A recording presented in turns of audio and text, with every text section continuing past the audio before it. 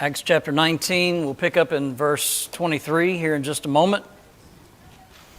Acts 19 and verse 23. Pick up with the reading of the context here. When these things were accomplished, Paul purposed in the Spirit, when he had passed through Macedonia and Achaia, to go to Jerusalem, saying, "After I have been there, I must also see Rome." So he went into Macedonia. Two of those who ministered to him, Timothy and Erastus, but he himself stayed in Asia for a time. And so this seems to be, he's been kind of quiet about at least who has been with him to this point. But what we see is that now Timothy and Erastus have been with him, and now they're being sent into Macedonia. And so we'll have some others who are mentioned here in another verse or two, and we'll pick up and see what else is going on. We know that, and we've mentioned this last week, Paul intended to make his journey back to Jerusalem, and he would do so traveling through Macedonia, through Achaia, and so that's Philippi and Corinth in that area, and we're told that this decision was made in the Spirit. In other words, this was likely being revealed to him where he needed to go next. Again, just to mention, though, he wanted to go see those in Rome. He wanted to be with them. And when you open the letter to the Romans, you find that to be the case, that he had desired to be with them. He wanted to go and to visit them and bestow a gift upon them and so forth. But it is during his stay at Ephesus that he would pen the book of 1 Corinthians. In fact, we find in 1 Corinthians 16, I believe we read this as well last week, mention it again, 1 Corinthians 16, verses 8 and 9. "But I will tarry in Ephesus until Pentecost, for a great and effective door has opened to me, and there are many adversaries." And so he knows that there are many adversaries there, and yet he says a great and effectual door has been opened to me. And then we're told that Timothy and Erastus are sent on, and Paul remains there in Ephesus. Verse 23 through 25, "And about that time there arose a great commotion about the way. For a certain man named Demetrius, a silversmith, who made silver shrines of Diana, brought no small profit to the craftsmen. He called them together with the workers of similar occupation and said, 'Men, you know that we have our prosperity by this trade.' And so he has called a meeting, Demetrius has. He leads the charge against the Apostle Paul, as we'll see here in just a moment. And so, and it says, just kind of in a general statement of verse 23, that this commotion was about the way. And so it seems to be that you have that reference to the way. What is the way? The way of Christ. There you go. Christ, Jesus says to his apostles, right? "I am the way, the truth, the life. No man cometh unto me but by the Father." And so that way, there's a great commotion that is about the way. And so yet, if you will, another description is given about what is being preached, about what is being discussed, about what is maybe part of the topic of conversation, if you will, these spiritual conversations that are taking place, the preaching of the gospel, the preaching of the things concerning the kingdom of God, the way of Jesus, the way unto heaven, the way of the church, if you will. Yes, ma'am. That's what I was going to say. A lot of the people who were becoming Christians were referred to as followers of the way. That's right. And so this is just a reference to them in that. And so as we think about the rest of the verse 24 and 25 in particular. He says, we're introduced to this silversmith, a man by the name of Demetrius, and who made shrines. And so he made idols of Diana, for the temple of Diana, for people to buy. And they made a great deal of profit from that. And so he's calling those of similar occupation together, and he's going to give his complaint. By the way, this is probably one of the chief trades or chief commerces, if you will, of Ephesus, was this manufacturing of these images, these idols, the shrines of Diana. And so the silversmiths begin to see that there is a decline, and Demetrius is going to let them know why this decline has taken place. So let's notice the next couple verses. Verse 27, or 26 and 27.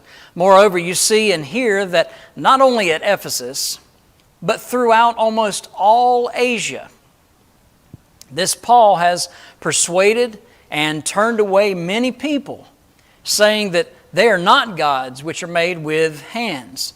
Sounds like he might have been present at Athens, right, at some point in time. But this word is spread, this word is getting out. And so it is very likely the case that what Paul is preaching and what Paul has been teaching, those who he has, if you will, interested in the gospel, he has been teaching them that this pagan worship that they've been doing in the temple of Diana, these are not gods. These silver figurines that they are worshiping as if they are a god, this is false. This is useless. This is vain. It does nothing, accomplishes nothing. And so that word is spread, and it's spread quite enough that the commerce for these silver idols has now been somewhat cut off. Enough so that these people are mad about it. They're upset by it. And so he says, so not only is this trade of ours in danger of falling into disrepute, but also the temple of the great goddess Diana may be despised and her magnificence destroyed, whom all Asia and the world worship. I would say that the majority of what he stated here is completely true and accurate. The effect of the gospel, the changing of individuals' lives, that's what we're seeing, is that they have stopped this false practice of pagan worship. They have left that. And Paul has been rightly preaching to do just that these are not gods that are made with hands. And so Demetrius says, hey, our trade is in danger. We're not making the money that we used to make. And not only that, let's he's trying to, of course, gather a following of people that would be on his side. And he says, by the way, what if, the temple of Diana is just going to be disrespected? She's going to be disrespected as a goddess. And so we need to do something about, the whole world worships Diana, right? And that's his argument. And so he is, of course, doing this, getting people on his side and so forth. Kaufman makes this point. He says it's likely that Demetrius exaggerates the success of Paul. But even if he did, the insight which he had regarding the eventual fate of the shrine business was very accurate. And so Pliny, in his letter to Trajan, the emperor, Roman emperor, nearly a half century later, he spoke about deserted temples, worship that had been neglected, and hardly a single purchaser for sacrificial victims. And so you can see that half a century later, that has been the effect. That these temples are not really being used for the idol worship, and the commerce that is surrounding all of it has also nearly cut off. And so he talks about deserted temples, worship that has been neglected, and nobody to buy sacrificial victims, is how Pliny wrote it.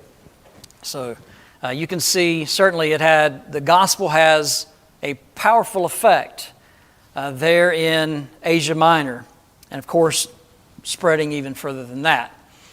Yes? I think one of the things that jumps out to me here is when I think of our own society, when is the last time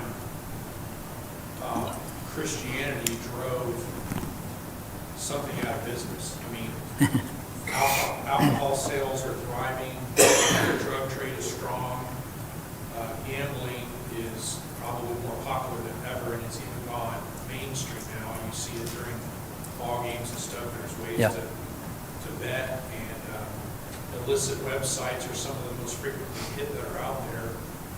And I'm just trying to think of in my lifetime when Christians have ever driven something bad out of the commercial square because of the spread of the gospel. I can't come up with one. Yeah. Maybe there is one, maybe locally, but certainly not worldwide. So, yeah, certainly not maybe to that extent. You used to hear about counties that were dry counties, and then there was, debates held at city council, but the church was standing up against alcohol coming into those counties, and you would hear, they're making a stand against it, and the noise, would be spread abroad that was taking place, but more than one county at a time. I don't know of anything else, in modern times that has been that affected by that. And then once you see that, maybe the alcohol came into that county, where's still the outrage against it? There was an outrage so much against it, saying, this is what's going to happen, and this is what's going to, take place in this county. But it was all about bringing in money. It's how it was set up, bringing in money and jobs and all of that. But they didn't see you've heard me talk about the backside of the signs, on the side of the road and everything, that you don't see the rust of that.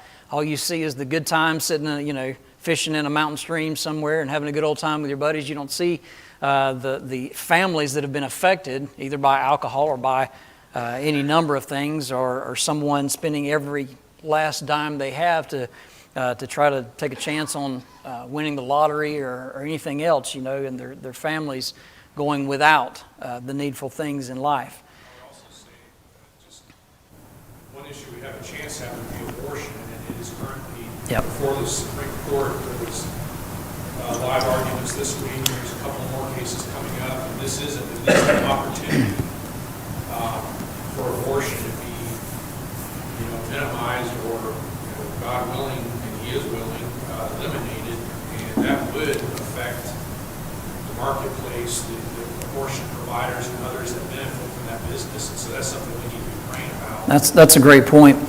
And with that, we talked last week about some of the tools that we have, such as social media and things like that. Here are opportunities, and there are a lot of good articles that are beneficial in making the argument about life, when life begins, and things like that. And those need to be spread. And you may get banned on Facebook. So what? That'd be all right. But anyway, there's other ways to get the word out, and so there's a lot of things that we could be doing. What other comments, questions? Yes. A lesson that I see from Demetrius. So he says that Paul says that they saying that they are not gods which are made with hands. And I wonder if at one point he was listening to Paul and he was thinking, man, this sounds legit. And then Paul says, but you can't make it with hands. And I'm out. So he puts himself in a situation where he puts his livelihood before God. He puts himself, his money, that lust of the flesh before God. And I think that's a huge warning for us nowadays, because we can all fall into that trap, putting something before God, and it drives us to perdition. Putting one's livelihood, putting their money, their finances, things like that, their job, and that certainly happens. to a lot of members of the church. And you're absolutely right. It's something we need to be warned about. And so we can see that with Demetrius. And there are certainly difficulties that come with living the Christian life, living the Christian lifestyle, if you will, that makes things difficult for us. But if we're doing it and we are open about it and not ashamed of the life that we're living in Christ, certainly the effect may not be, on into the next county, but it may be that your neighbor, and sometimes maybe that's as far-reaching as we need to be for the moment, is with our neighbors and talking with them, making a difference in their lives. And so don't discount just because we can't reach the whole state of Tennessee with a particular topic that we can deal with. Reach across the fence, and talk to your neighbor. So there's a lot of things that we can be doing, and you living a good Christian life certainly makes a difference. But they not only need to see it, they need to hear about it. They need to hear why you do live the way that you do, and it'll make a difference. 28. It says, "Now when they heard this, they were full of wrath and cried out, saying, 'Great is Diana of the Ephesians.' And so the whole city was filled with confusion and rushed into the theater with one accord, having seized Gaius and Aristarchus, Macedonians, Paul's traveling companions." And so Demetrius has absolutely caused a stir throughout the whole town, throughout the whole city, and so much so that they have now made their way into it was an open-air theater that Kaufman writes in his research, at least, that he had found somewhere between 25 and 50,000 people could fit into this open-air theater, stadium, if you will. And this is where some of those wild beasts would be let loose on people. And so some of those events would take place in some of these theaters as being mentioned here. So this is the location. And so Demetrius has stirred up the people, and they shout out, "Great is Diana of the Ephesians." And they grab hold of two of Paul's companions. And so now we find out who else has been with him, Gaius and Aristarchus of Macedonia. So verse 30, it says, "When Paul wanted to go into the temple or into the people, the disciples would not allow him." And so they're trying to tell him, "No, absolutely, don't go in there." Clearly at this point, he's heard what has happened in town. He's heard that Gaius and Aristarchus have been caught up in it and have been literally dragged into the theater. Then even some of the officials of Asia, who were his friends, sent to him pleading that he would not venture into the theater. Some therefore cried one thing and some another, for the assembly was confused. Most of them did not know why they had even come together. And they drew Alexander out of the multitude, the Jews putting him forward. Alexander motioned with his hand and wanted to make his defense to the people, but when they found out that he was a Jew, all with one voice they cried out for about 2 hours, "Great is Diana of the Ephesians." And so you have this Demetrius. He stirs up the people. He continues his speech about what has taken place, what Paul has been preaching, our commerce, our money's going to dry up here, and Diana is going to be become a byword in town. Her temple's going to fall in, and all this is going to happen, and so her magnificence would be destroyed. The Bible says, yes.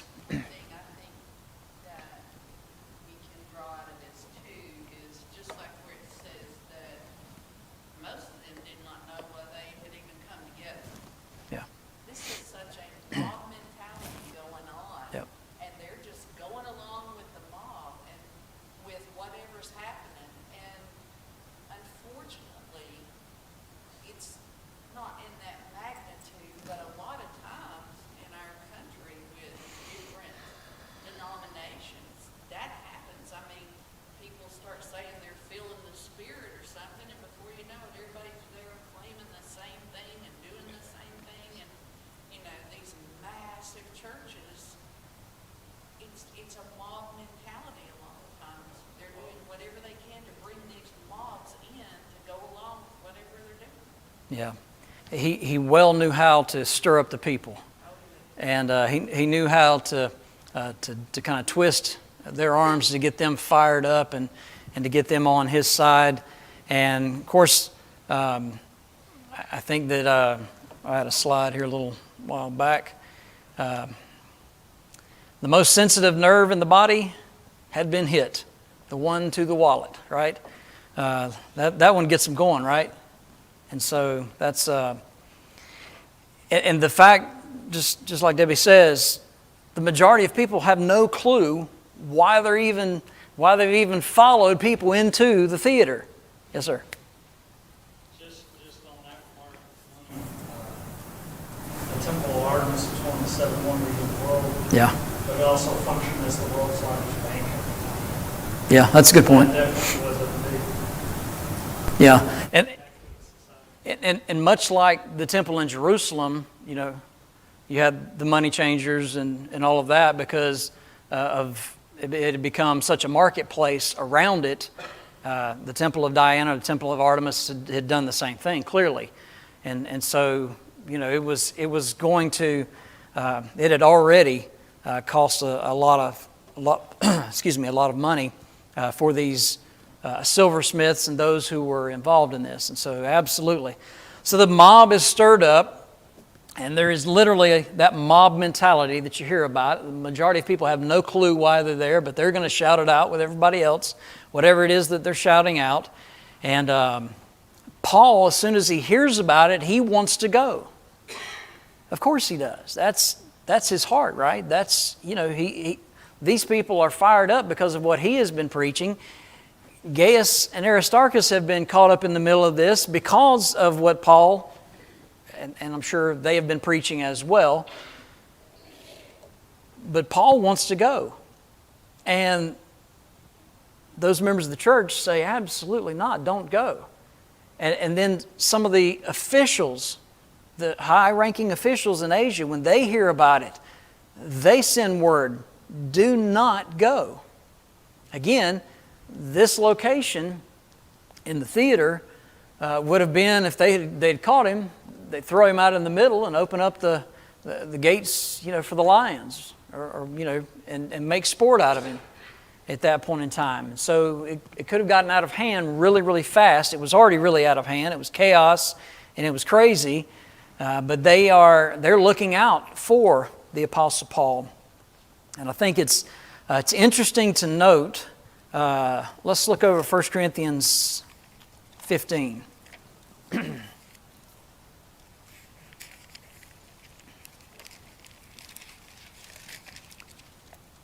1 Corinthians 15.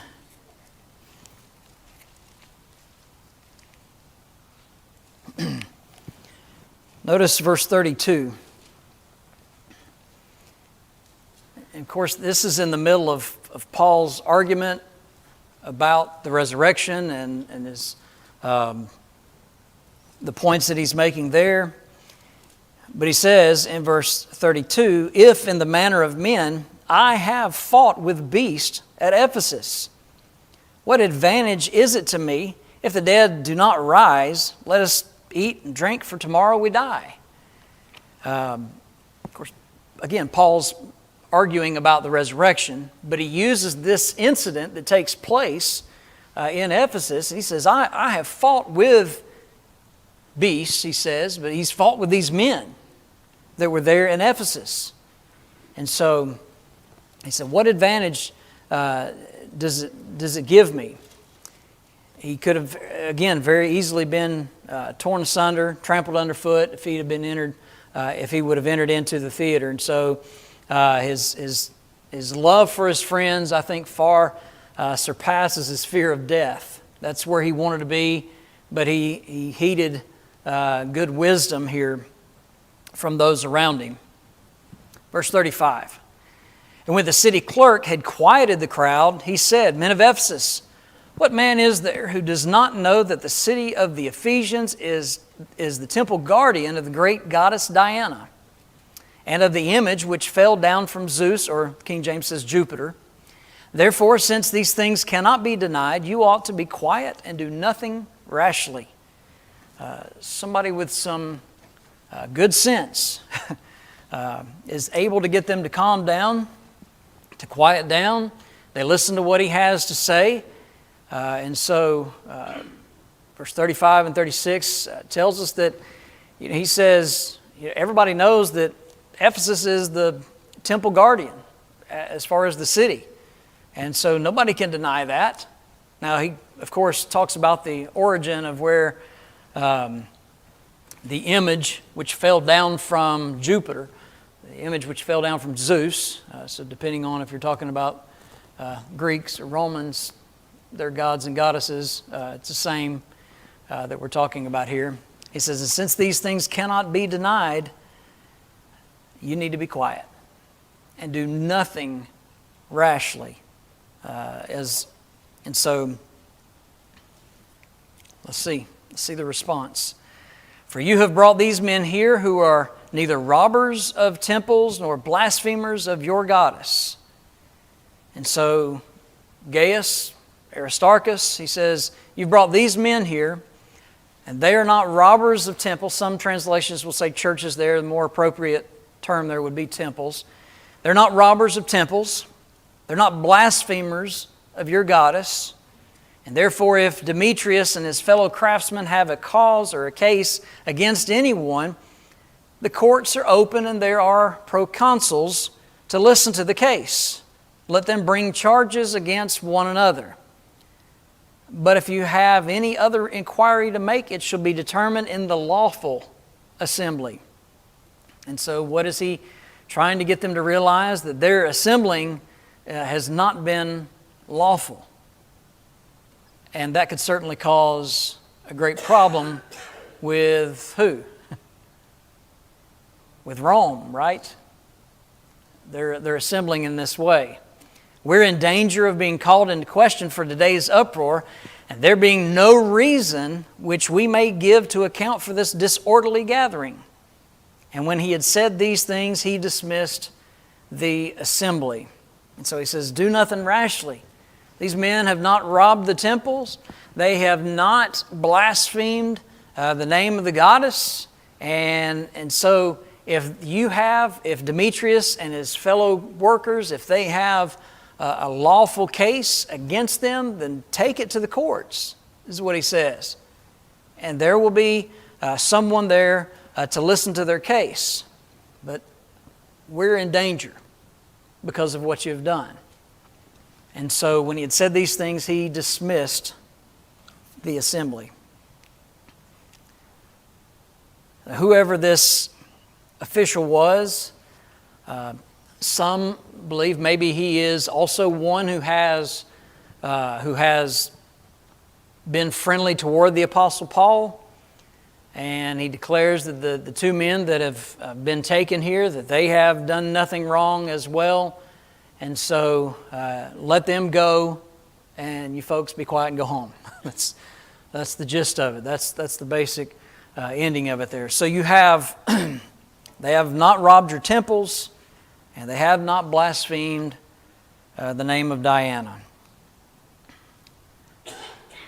Now, and again, I think there is great wisdom that is seen here, both by those who say, Paul, you can't go in there. You can't go in. You're not going to accomplish what you think you're going to. The same as you have, for the space of 2 hours, them shouting out, great is Diana of the Ephesians, right?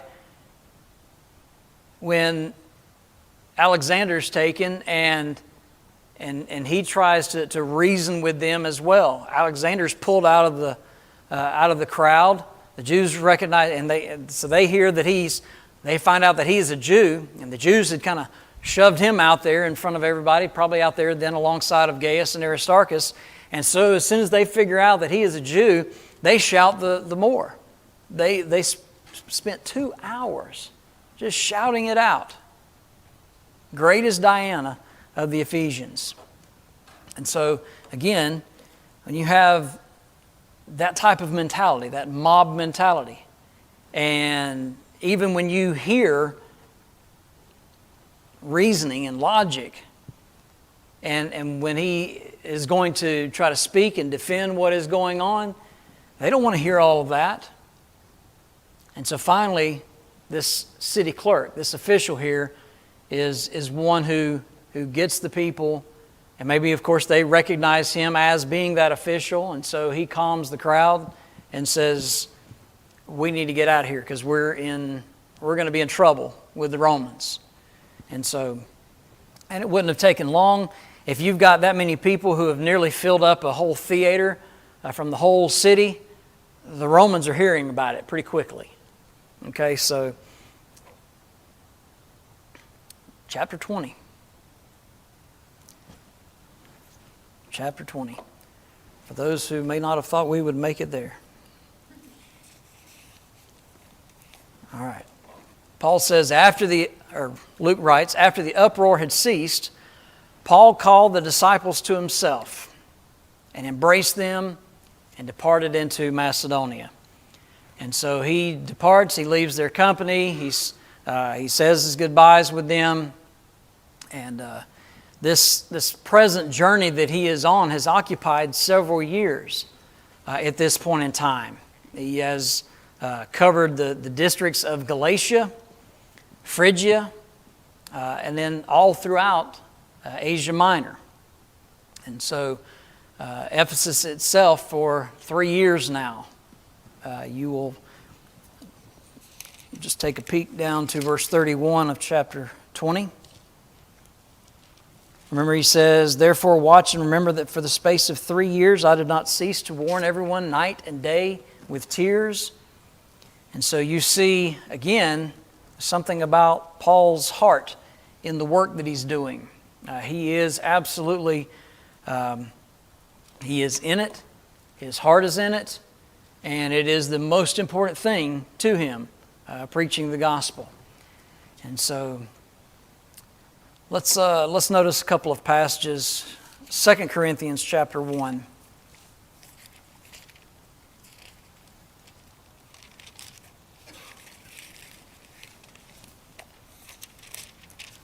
Second Corinthians 1, verses 8 and 9.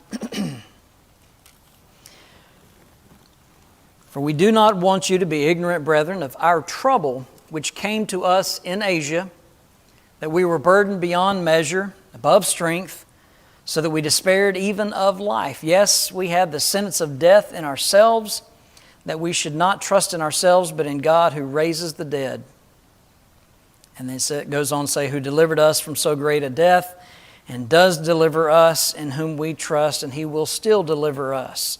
You also helping together in prayer for us, that thanks may be given by many persons on our behalf for the gift granted to us through many. And so you see Paul's writing the second letter to Corinth, and he mentions this occasion. He mentions the trouble that he and his traveling companions have gone through, and he says we had the death was coming for us. It was close. And so there was a great deal of despair and trouble, even despairing even of life, he says there in verse 8. And we had the sentence of death in ourselves. And so this trouble that came to Asia is what he mentions here. So you have, and you remember Paul has planted the church there in Philippi, in Thessalonica and Berea, on the previous journey, going back to chapters 16 and 17. And now he refers to his departure here from Troas, again in 2 Corinthians. Should have kept my finger there. 2 Corinthians chapter 2.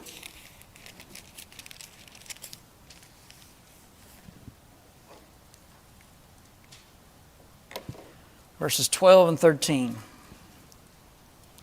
2 Corinthians chapter 2, verse 12 says, furthermore, when I came to Troas to preach Christ's gospel, a door was opened to me by the Lord. I had no rest in my spirit because I did not find Titus, my brother, but taking my leave of them, I parted for Macedonia. And so he refers to his departure from Ephesus, from that port in Troas. There in those verses, he intended to do some preaching there. Was disappointed when Titus did not meet him there. And so for some reason Titus had been held up. And so he continues on into Macedonia. And so, verse 2. Well, let me give you the map here. You can kind of start to see. We mentioned Asia up here. This is the area of Phrygia, and Galatia would be up in this area as well. I'm sorry, Galatia's up here. Remember, he was not permitted to go to Bithynia earlier on the second missionary journey, but he does make his way through Galatia and Phrygia and then down to Ephesus, and from there he's going to go into Macedonia by way of Philippi and through those same congregations again. And so verse 2 says, when he had gone over that region and encouraged them with many words, he came to Greece. And so we find out that he was under duress in Macedonia. He still felt that. And so 2 Corinthians chapter 7 gives us some insight to that. Verse 5, for indeed when we came to Macedonia, our bodies had no rest. We were troubled on every side. Outside were conflicts, inside were fears. Nevertheless, God, who comforts the downcast, comforted us by the coming of Titus. And not only by his coming, but also the consolation with which he was comforted in you, when he told us of your earnest desire and your mourning, your zeal for me, so that I rejoice, he says, even more. And so you can pick up there the fact that Titus does show up, and he's going to be comforted by that. And when he comes into Greece, into Achaia in that area, Titus is going to give a report. And you remember the first letter to Corinth, there was the situation with the man who had taken his father's wife. And so in that incestuous relationship that had been allowed to go on by the church at Corinth, he calls them out and says they needed to deal with it. They needed to withdraw from him and deliver him up to Satan, it even says, so that he might repent. Well, we find out that he does, in fact, repent, and that they obviously had repented as well. And so you read that in those verses about their mourning, their sorrow for what they had done and what had been allowed to take place all of that time. And so you also find out that he's got numerous enemies, but they treated Titus very well, and he hears that, and that gives him great comfort. Titus is able to tell him, look, the congregation has repented. This man, in fact, has repented of that relationship that he was in, and so those things have been taken care of, and Paul certainly finds reason to rejoice in all of that. And so then he would make his way on toward Greece, which would have been Athens and Corinth. Verse 3, he stayed 3 months, and when the Jews plotted against him as he was about to sail to Syria, he decided to return through Macedonia. And so he spends 3 months there in Greece. While in Ephesus, he had expressed, remember, his plans to come back to Corinth. You'll go back and read 1 Corinthians chapter 16, first few verses. You remember he tells them about taking up that collection. And so by the time that he gets there, they don't have to take up that they don't have to go and search for the funds and all of that. He's able to be there. And so he's telling them to have that ready. And that was going to go to help those who were going through that famine in Judea. And so it was going to be a great help to those brethren. And Paul writes a great deal of that, right? Especially to the Corinthian brethren about the work and how the Macedonians had, even though they were poor, they had given of themselves first, but they had given all that they had.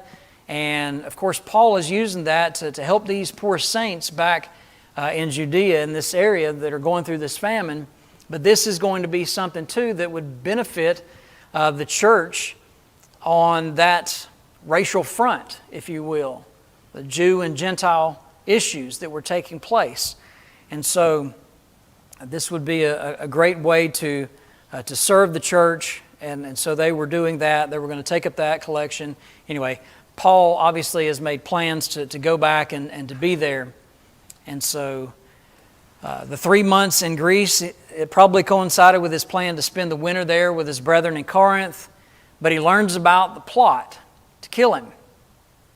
And so he's about to sail back to Syria, which means that he's headed back eventually to Jerusalem, right, to take that collection. And so he decides, though, that he's going to go back through Macedonia instead of catching the boat there where he was, just to kind of throw off those who are plotting against him. And so you can see on the map here from Corinth, he makes his way back basically the same way that he has come, back to Troas and so forth, back to Ephesus, and then will eventually take the boat back into Syria over here, and then make his way down to Jerusalem. And so that's the plan. That's where he's headed. But obviously, he is in fear for his life. And so Sopater of Berea accompanied him to Asia. Also Aristarchus, who was one of those with Gaius, who was along with Gaius here. You notice a couple of places here. Aristarchus and Secundus of the Thessalonians, Gaius of Derbe, Timothy, who also was from Derbe in that area, Tychicus and Trophimus of Asia. These men going ahead waited for us at Troas. And so they make their way back and they wait for him at Troas. We'll read about Troas here in just a moment. Paul's going to make his way, but he's going to go back the way that he has previously gone, back through Macedonia. And so the men here probably are carrying those funds that have been collected. And so with keeping his invitation for those brethren to send men with him, again, going back to 1 Corinthians 16, you pick up on that. Romans 15 will give you a peek at that as well. Romans 15, 22 to 28. And so Paul sends them on ahead to Troas, and then we will pick up in the next verse, but we sailed, which means that now Luke is back on the scene. And so all right, that's where we will pick up next week. Appreciate everyone's attention. Drive home safely. We hope to see you on the Lord's Day.